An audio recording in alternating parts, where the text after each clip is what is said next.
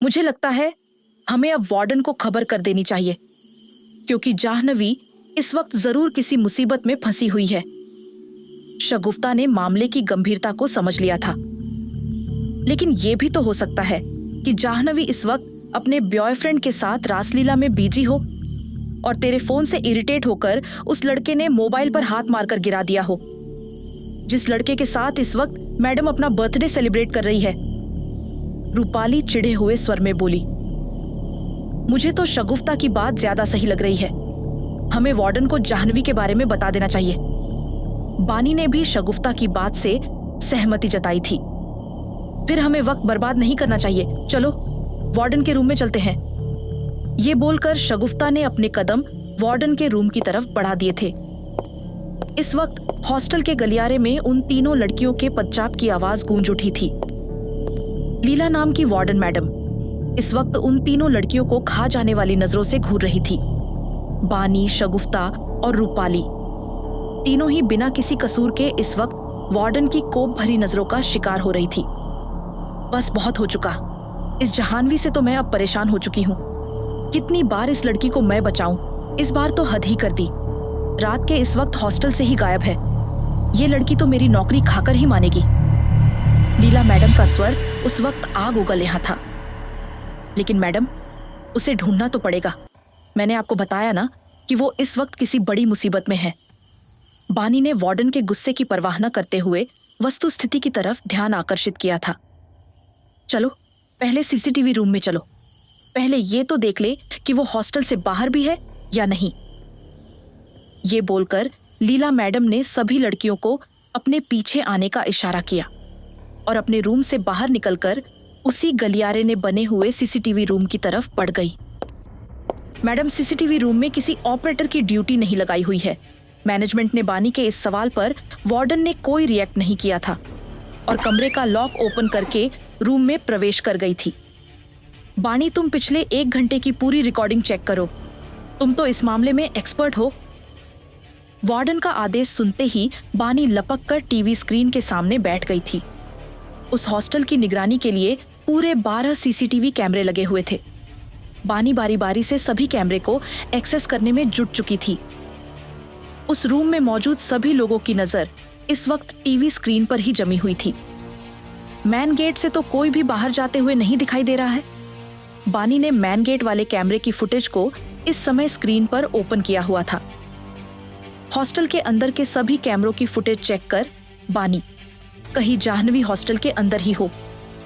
इस बार वार्डन ने उम्मीद भरे स्वर में बोला, लेकिन हॉस्टल के अंदर का तो अब भी हम लोगों ने छप्पा छप्पा छान मारा है। अंदर तो हमें जाह्नवी कहीं भी नहीं मिली।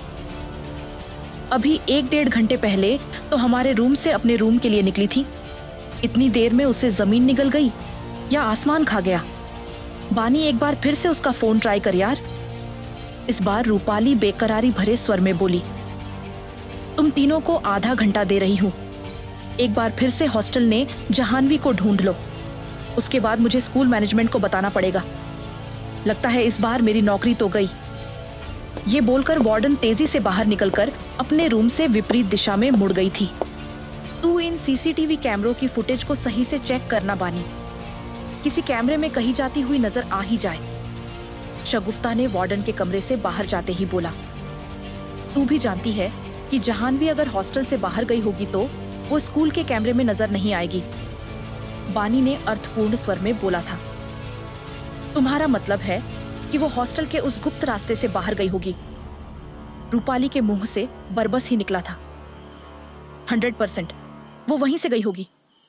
बानी ने विश्वास भरे स्वर में बोला, फिर तो हमें सबसे पहले उसी गुप्त रास्ते पर जाकर देखना चाहिए था। शगुफ्ता ने भी सहमति में अपना सिर हिलाया था। वो सिर्फ कैमरा नंबर 9 में सिर्फ चंद सेकंड के लिए नजर आ रही है और जिस रास्ते पर ये 9 नंबर कैमरा लगा हुआ है वो रास्ता उसी गुप्त रास्ते की तरफ जाता है। बानी ने रहस्यमय स्वर में बोला, लेकिन तुमने जाह्नवी के फुटेज में दिखाई देने के बारे में लीला मैडम को क्यों नहीं बताया? रूपाली ने असमंजस भरे स्वर में बानी से पूछा। अगर लीला मैडम को बता देती तो कल सुबह तक उस गुप्त रास्ते को वो बंद करवा देती और फिर जाह्नवी के हॉस्टल में वापस आने के सारे रास्ते बंद हो जाते।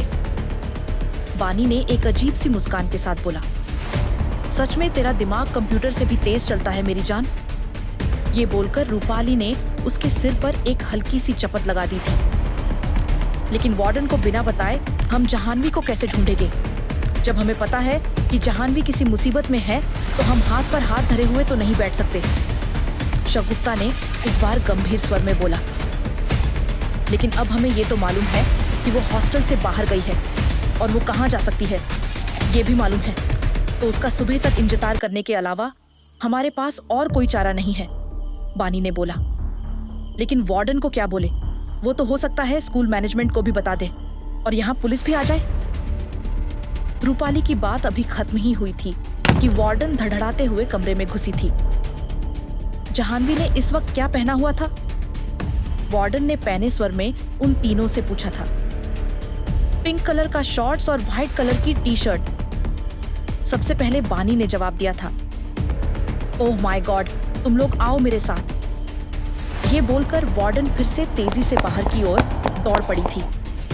इस बार तीनों लड़कियां भी बदहवास सी हालत में वार्डन के पीछे दौड़ पड़ी थी। इस वक्त उन सभी का दिल किसी आशंका में धड़क रहा था।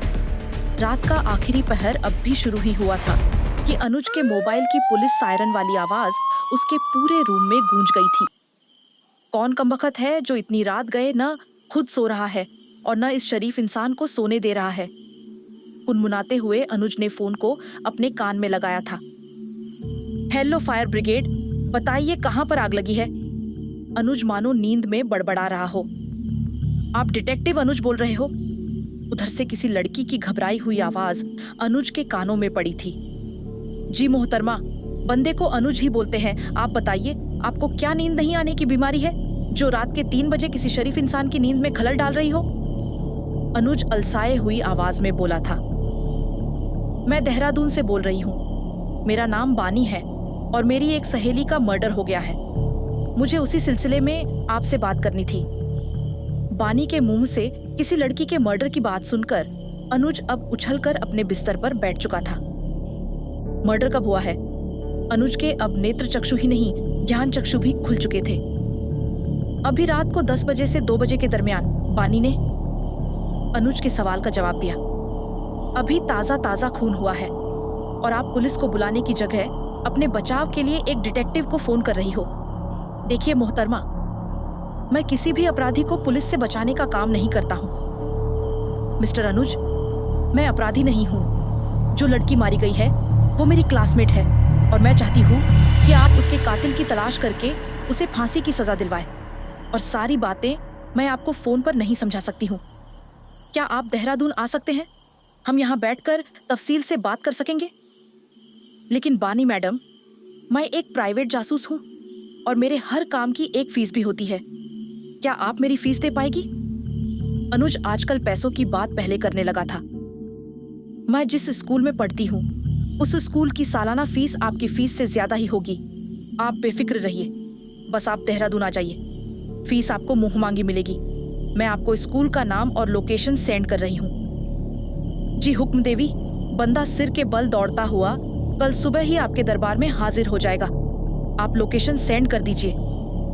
ये बोलकर अनुज ने कॉल को डिस्कनेक्ट करके फोन को एक तरफ उछाल दिया था। अनुज के सामने है एक स्कूल छात्रा की हत्या की उलझी हुई गुत्थी। क्या अनुज इस गुत्थी को सुलझा पाएगा? सुनना न भूले इस बेहद रोमांचक कहानी का अगला भाग। अगर आपको ये कहानी पसंद आई हो तो कहानी को लाइक और चैनल को सब्सक्राइब अवश्य करें।